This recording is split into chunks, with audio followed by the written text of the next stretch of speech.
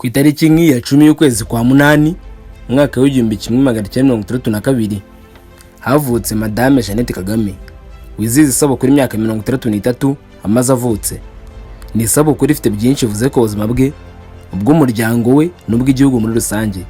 Yavukiye i Burundi aho umuryango we wari warahungiye, ashyingiranwa na Perezida Kagame ku itariki ya 10 y'ukwezi kwa gatandatu mu 1949. Ni umuhango wabereye i Kampala muri Uganda. Ni umubyeyi w'abana 4, abahungu 3 n'umukobwa umwe.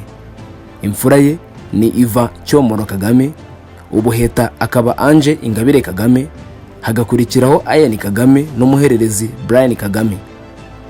Uyu muryango ufite abuzukuru 2, Abe na Agwize, abana ba Ange Kagame na Bertrand Ngeyingoma. Madame Jeannette Kagame yize amashuri abanza n'ayisumbuye mu Burundi yize kuri Lycée Notre Dame, ubu yitwa Lycée Vugizo.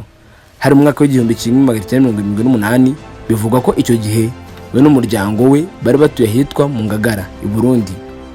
Ubuzima bw'ubuhunzi Jeannette Kagame yabukomereje muri Kenya, umujyi wa Nairobi, ari naho yaje guhura na Paul Kagame, batangira inzira y'urukundo rwabagejeje ku kubana. Bombi bahujwe n'igikombe cy'amata nk'uko Madame Jeannette Kagame yigeze kubivuga mu 2015 ubwo yagarukaga ku kamaro k'inka mu muco nyarwanda. Mu kiganiro yagejeje ku muryango Haifa International utanga inkunga y'inka mu Rwanda binyuze muri gahunda ya Girinka, yagaragarije abatuye isi akamaro k'inka mu muco nyarwanda, aho yerekanye uburyo zakuye benshi mu bukene, ubu ngubu bakaba bari abantu bihesheje agaciro. Yabivugiye Los Angeles muri Leta Zunze Ubumwe za Amerika ku itariki ya 18 y'ukwa 9 2015, aho yagaragaje ko ibihumbi by'abanyarwanda bimaze kwigobotora ubukene binyuze mu bworozi. Madame Kagame yasangije abari muri uwo muhango uko u Rwanda rwagabanyije ubukene mu myaka ishize binyuze muri gahunda ya Girinka, anagaragariza isi yose akamaro k'inka mu muco nyarwanda. Yaragize ati, kuri uyu mugoroba ndashaka kubasangiza inkuru y'uko iyi gahunda yavanye mu bukene abarenga miliyoni. Ibi byatumye bihesha agaciro, barigira ndetse bigirira icyizere buri wese akwiye kugira. Byakomeje agira ati, gahunda ya Haifa yo gutanga inka ifite ibisobanuro bikomeye mu muco nyarwanda kubera ko inka irenze agaciro k'amafaranga. Ni igicumbi cy'umuco wacu kuva kera. Ati, umuco wacu ufata inka nk'inkingi y'ubushuti, ubukire n'icyubahiro. Madame Kagame yitanzeho urugero rw'uko bihereye ku gikombe cy'amata ngo yubatse umuryango. Ati, igikombe cy'amata nicyo cyaduhuje bwa mbere. Yanagaragaje ko nyuma ya Jenoside yakorewe Abatutsi mu kwa 4 mu 1994 abagore bagiye bagira uruhare mu kubaka igihugu. Ni ikimenyetso cy'uko nta ntambwe yaterwa abagore batabigizemo uruhare.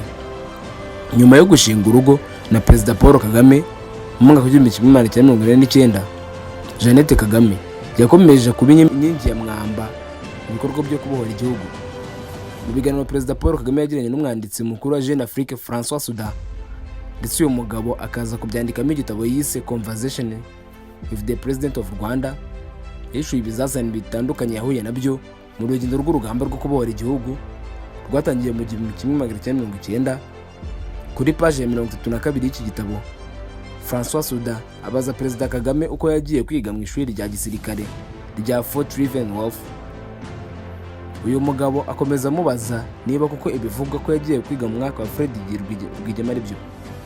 Icyo gihe bombi bari mu buyobozi bw'ingabo za Uganda.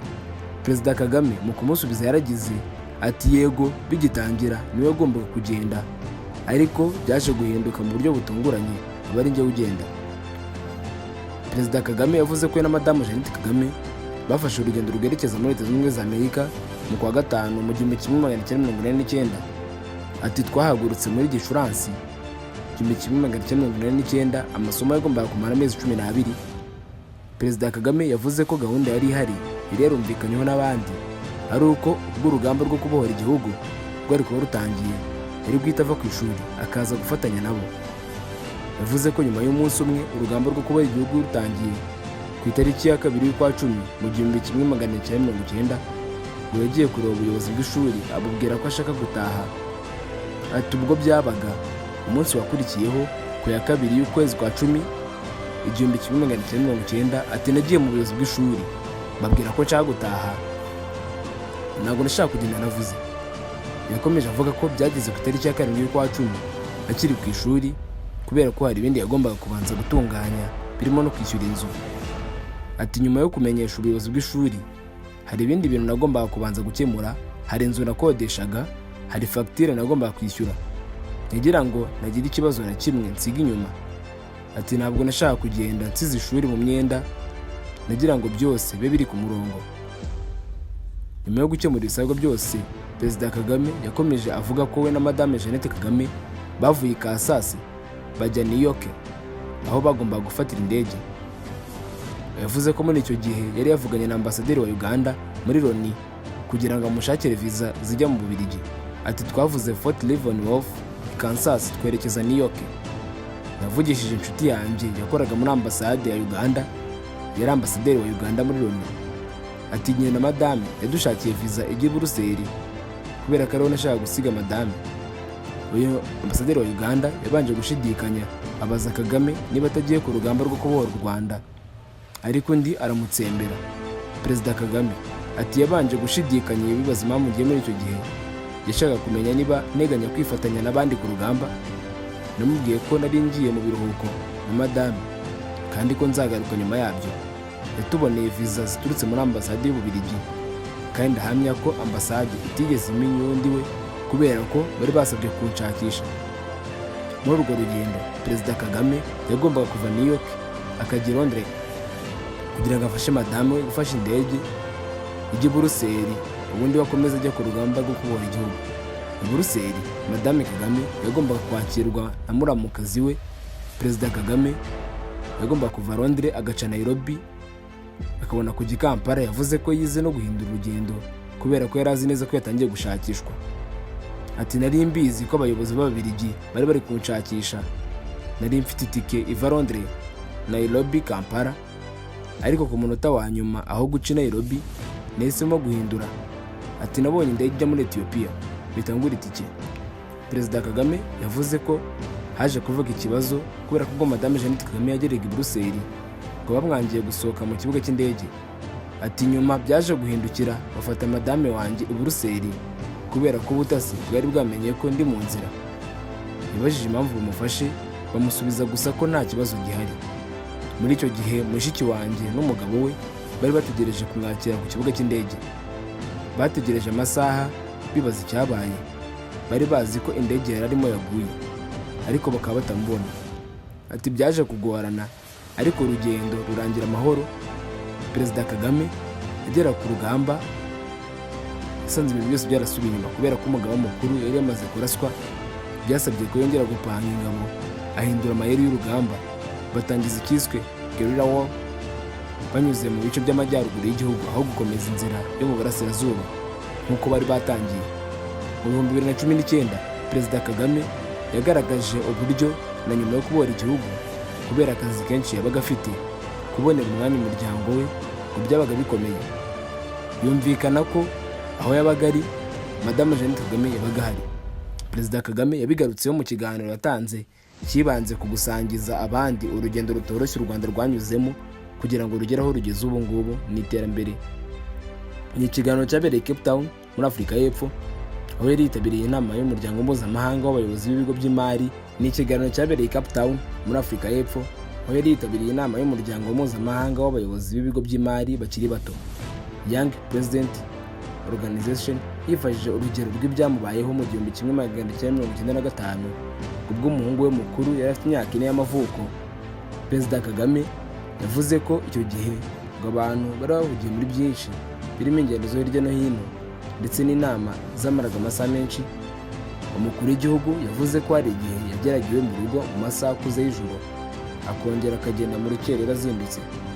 Ati nigeze kumara icyumweru ntarabona uwo mwana muto. Ati umunsi umwe saa 10:30 mu rukerera nari ndyamye numva umuntu akomanze ku rugi rw'icyumba cyanjye. Ati natekereje ko ari abashinzwe umutekano bambwiraga iby'akazi, ariko mfunguye umuryango nsanga ari umuhungu wanjye. Uwo mwana muto yabajije umukuru w'igihugu aho amaze iminsi aba. Perezida Kagame ati sinabonye umwanya uhagije wo kumusobanurira. gusa nk'uko mubizi amarira y'umugabo atemba ajya mu nda. Ati icyo gihe nagerageje kumva ibyarimo biba icyo bisobanura. Kuva ubwo Perezida Paul Kagame ngo yemerera umwana we ko igihe cyose azaba ari muri Kigali azajya ahagarika ibyo arimo gukora buri gihe saa 2 z'umugoroba akabanza akajya kureba umwana mbere y'uko aryama, noneho akabona kugaruka mu kazi. Umukuru w'igihugu yifashishije urwo rugero ashaka kubwira abayobozi b'ibigo by'ishoramari ko badakwiye guharira umwanya wabo wose akazi, ahubwo ko bakwiye no kugira igihe cyo kwita ku muryango. Mu mwaka wa 2000 ubwo Paul Kagame yari amaze kuba perezida, Madame Kagame yabaye First Lady, ari nabwo yatangiye kugaragara cyane mu bikorwa bitandukanye.